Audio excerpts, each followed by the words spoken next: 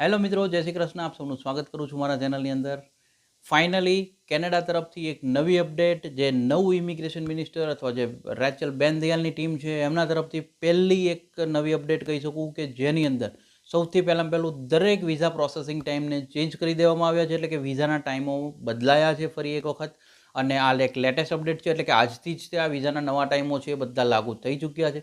એટલે હવે કદાચ તમે જો કેનેડાની અંદર વિઝિટર વિઝા એપ્લાય કરવા હોય, કેનેડાના સ્ટુડન્ટ વિઝા એપ્લાય કરવા છે, પીઆર છે, સિટીઝનશીપનો વેઇટ કરતા હશે કેનેડામાંથી અમુક લોકો, વર્ક પરમિટ છે, બધી જ પ્રકારના સ્પોન્સર ફાઇલો છે, કોમન લો પાર્ટનરની, સ્પાઉસની ફાઇલો છે, બધી જ પ્રકારના વિઝાના પ્રોસેસિંગ ટાઈમો બદલાઈ ગયા છે. જે નવા ટાઈમિંગ આવ્યા છે, ટાઈમ તમે બી નોટ ડાઉન કરતા રહેજો તો તમને બી ખબર પડશે. હું તમને બધા જ ટાઈમિંગ એક પછી એક આજે કહીશ કે કોનો ઓફિશિયલ ટાઈમ કેટલો રાખવામાં આવ્યો છે. એ પહેલાં જો ચેનલ પર નવા છો સબસ્ક્રાઈબ કરી દેજો. કંઈ બી પૂછવા માગો છો, કંઈ મગજમાં હજી સવાલો છે, કોમેન્ટ કરતા રહેજો, અમે સોલ્વ કરવાની કોશિશ કરતા રહીશું. હવે તો કે સૌથી પહેલું આપણે સ્ટાર્ટ કરીએ છીએ ટેમ્પરરી રેસિડેન્સની અંદર વાત કરીએ વિઝિટર વિઝા આઉટસાઇડ કેનેડાથી. એટલે 61 દિવસનો ઓફિશિયલ ટાઈમ કરવામાં આવ્યો છે, જે લગભગ 100 ડેઝ ઉપર ચાલ્યો ગયો હતો અને ફાઇનલી 61 ડેઝ 61 વર્કિંગ ડેઝ કરવામાં આવ્યો છે. વિઝિટર વિઝા તે પરંતુ ઇનસાઇડ કેનેડાથી 15 દિવસનો ઓફિશિયલ ટાઈમ કરવામાં આવ્યો છે. વિઝિટર વિઝા એક્સટેન્શનવાળા જે છે એમના માટે 125 વર્કિંગ દિવસનો ટાઈમ કરવામાં આવ્યો છે. સુપર વિઝા પેરેન્ટ્સ અને ગ્રાન્ડ પેરેન્ટ્સની જો આપણે વાત કરીએ 135 દિવસનો નવો ટાઈમિંગ કરવામાં આવ્યો છે. સ્ટડી પરમિટ જો કહીએ આઉટસાઇડ કેનેડાથી એપ્લાય કરો તો 14 વીક્સનો ટાઈમ જ રાખવામાં આવ્યો છે. 14 વીકનો ઓફિશિયલ ટાઈમ ગણો એટલે લગભગ તમારે એવી ગણતરી રાખવાની આવે કે 3-3.5 મહિનાનો ઓફિશિયલ ટાઈમ છે. એટલે સપ્ટેમ્બર ઇન્ટેક છે, મે ઇન્ટેકવાળા તો ફૂલ ઉતાવળ કરવી જોઈએ. સપ્ટેમ્બર ઇન્ટેકવાળા છે તો એમણે બી થોડી ફાસ્ટ ફાઇલ લગાવે તો વધારે સારું રહી શકે. સ્ટડી પરમિટ ઇનસાઇડ કેનેડાથી એપ્લાય કરો છો 3 વીકનો ઓફિશિયલ ટાઈમ કરવામાં આવ્યો છે. સ્ટડી પરમિટ એક્સટેન્શનવાળા માટે 116 દિવસનો ટાઈમિંગ કરવામાં આવ્યો છે. વર્ક પરમિટ આઉટસાઇડ કેનેડાથી જો એપ્લાય કરો છો તો 19 વીકનો ઓફિશિયલ ટાઈમ કરવામાં આવ્યો છે. વર્ક પરમિટ ઇનસાઇડ કેનેડાવાળા માટે 115 દિવસનો ઓફિશિયલ ટાઈમ કરવામાં આવ્યો છે. સિઝનલ એગ્રીકલ્ચર વર્ક પરમિટ 13 દિવસનો ઓફિશિયલ ટાઈમ કરવામાં આવ્યો છે. આઈસી ક્લાસની જે વર્ક પરમિટ છે 3 વીકનો ઓફિશિયલ ટાઈમ કરવામાં આવ્યો છે. હવે ઇકોનોમિક ઇમિગ્રેશનની વાત કરીએ, એટલાન્ટિક ઇમિગ્રેશન પ્રોગ્રામનો ઓફિશિયલ ટાઈમ 10 મહિના કરી દેવામાં આવ્યો છે. કેનેડિયન એક્સપિરિયન્સ ક્લાસ સીઈસી ક્લાસનો જે ઓફિશિયલ ટાઈમ છે 5 મહિના કરી દેવામાં આવ્યો છે.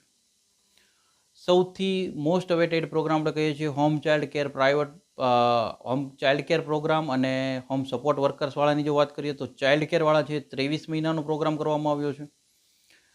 18 મહિનાનો ટાઈમ જે છે હોમ સપોર્ટવાળા માટે રાખવામાં આવ્યો છે.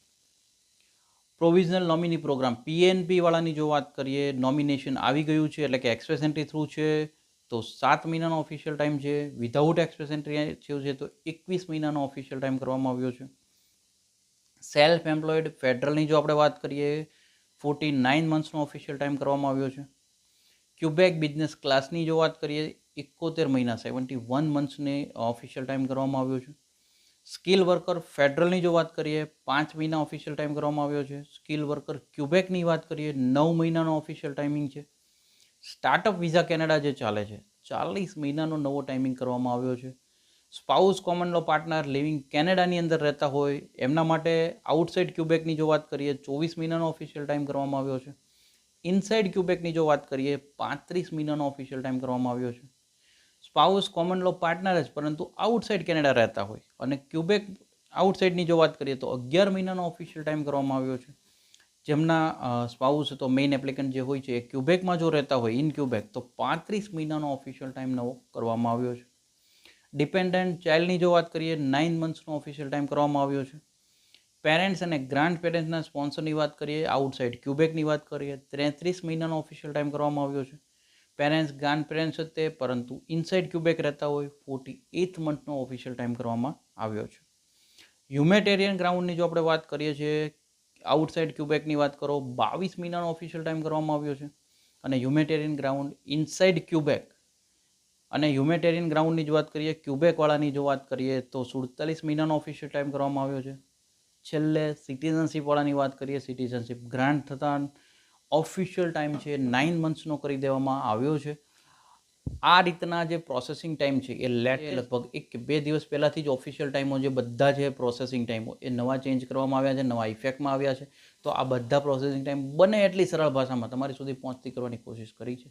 તમને જો માહિતી સારી લાગી અથવા અમારી કોશિશ સારી લાગી, એક લાઇક કરી દેજો. હજી બી કંઈ કન્ફ્યુઝન છે અમે કહીએ એ મુજબ જ તે ક્વેશ્ચનને કોમેન્ટ કરતા રહેજો. મેક્સિમમ લોકો સુધી વિડીયો શેર કરતા રહેજો. સ્પ્રેડ એજ્યુકેશન, સપોર્ટ એજ્યુકેશનને સપોર્ટ કરતા રહેજો. Thank you so much. જય હિન્દ, જય ભારત.